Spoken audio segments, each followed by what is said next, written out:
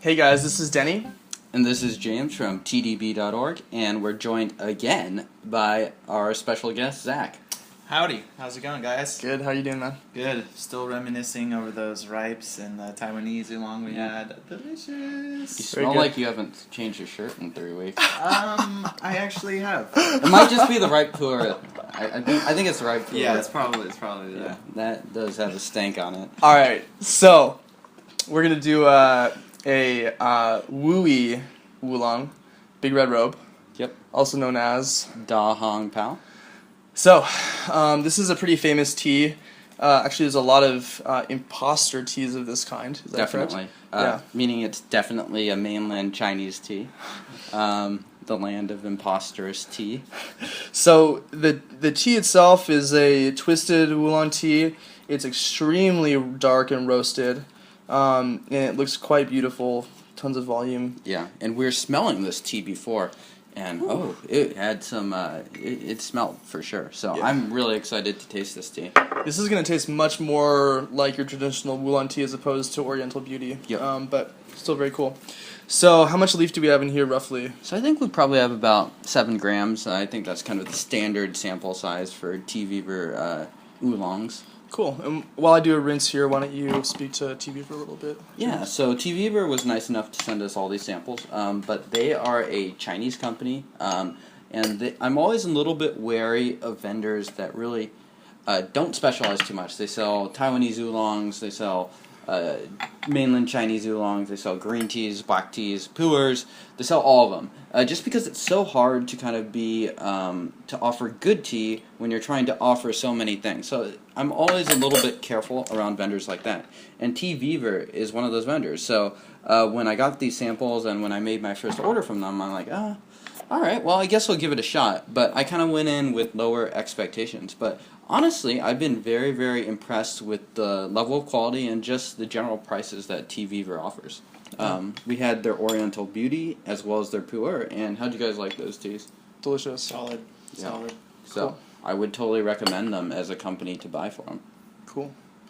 Well, we are doing the Big Red Robe here for about 20 seconds for us for steeping, producing a really beautiful red. Wow. Who would have thought? Yeah.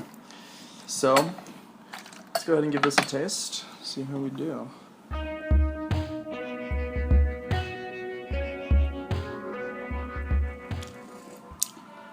Interesting.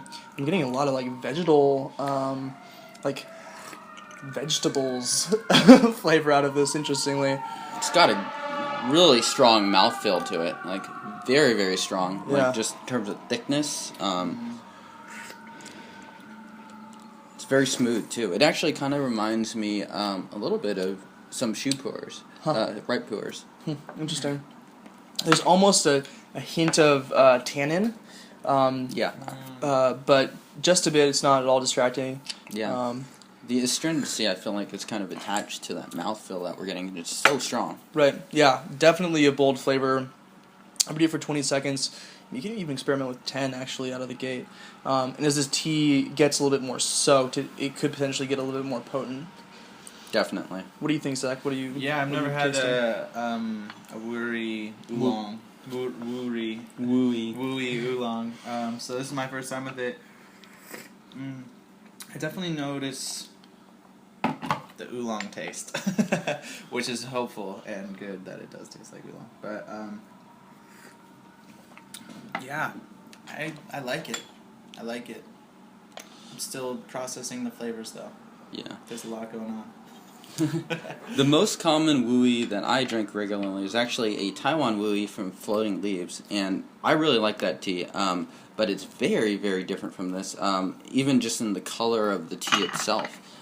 This produces this just punch-in-the-mouth red color, and that one kind of produces a paler yellowish green color, and you're getting more of that classic caramel. It's a little bit lighter, but this is this is something else. Yeah, I agree. Actually, I was surprised because the smell of this was reminiscent to me of a roasted oolong that I've would traditionally very have. strong. Dong Ding or something like that. You know, kind of nutty a little bit. But the actual taste of this is quite different. It's even a little bit hard to place. Vegetal is definitely what I got out of that first steeping. Interesting. Yeah. So, but we'll see how this evolves here.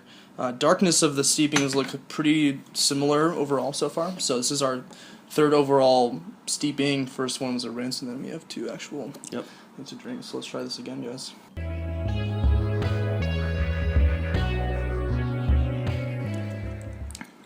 It's definitely still got that strong mouthfeel at the front of it. Yeah. Wow.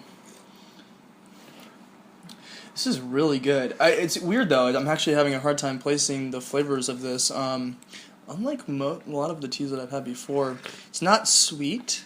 No, not nearly as sweet as a lot of the wooies. Like you get that really rich, sweet and caramel flavor, but this doesn't have that necessarily. I almost want to say cacao, which is a weird thing to say. Yes, I agree with you. But like a little bit of chocolate. Right. Yeah. But that bitterness of the cacao, yeah, really good. I mean, the leaves themselves are black. They've been roasted and roasted and roasted. It looks like, whereas some of for instance, the Taiwanese tea that we've had that's curled, it's definitely still green. Even though it's oxidized a little bit. Yeah, and I wonder if, I know that for some wooey teas or some roasted oolongs in general, the flavor immediately after the harvest is just like you're totally overwhelmed with the roast and just the whole processing of the tea. And if you wait just like 6 months or a year, the roast mellows out a little bit and you get kind of more of a different type of tea, basically. And I wonder if we're getting a lot of that just like fresh, roasted punch in the mouth. Definitely possible. Yeah, I mean, there is something that's. Yeah, I totally agree with your characterization of the front end of this tea being the most flavorful part, and not that it lacks body, but it definitely just takes over your taste buds immediately. It doesn't come on slowly. It's not particularly subtle, but that's again not bad. No, not at all. Yeah. Are you guys getting like a sort of? I don't want to say sweet, but almost bittersweet aftertaste. Yeah, absolutely. Yeah. And smell this, because I was surprised by how sweet this smells. So, pass this around. It's very hot. Get your nose in there. Yeah, interesting. Yeah. There's almost maybe like a mineral-y, petroleum, gasoline-ness to this, but very subtle. Yeah, this is very interesting and different. Yeah, we'll have to try more of these for sure. Yeah. Cool. So, would you recommend this tea, Zach? Yeah. Despite my taste buds not knowing exactly what's going on, they still like to dance to this tune. So, I would definitely love it. Yeah. This is interestingly enigmatic, I have to say. I agree. I mean, this has been one of the harder ones to place, but it doesn't mean it's not enjoyable. And when would you drink this tea, do you think? I don't know, actually. This could be... I would see this as being perfect on a cold morning. I can see that, yeah. Yeah. Just that warm roasting flavor. But it's not that sort of sharp, explosive taste, potent taste of the ripe and raw pu'ers. So it's a little bit more sublime, but still really, really tasty. Yep. So where can you find out more about this tea?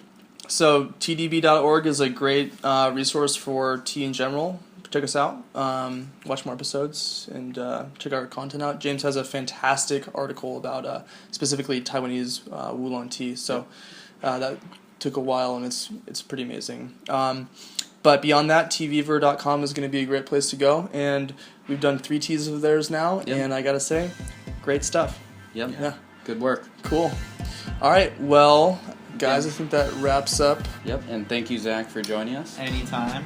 Episode 17 Yes. of TDB. Again, Zach, thanks for being a perfect guest. You're great. And we'll see you guys next week. Yep. Ciao.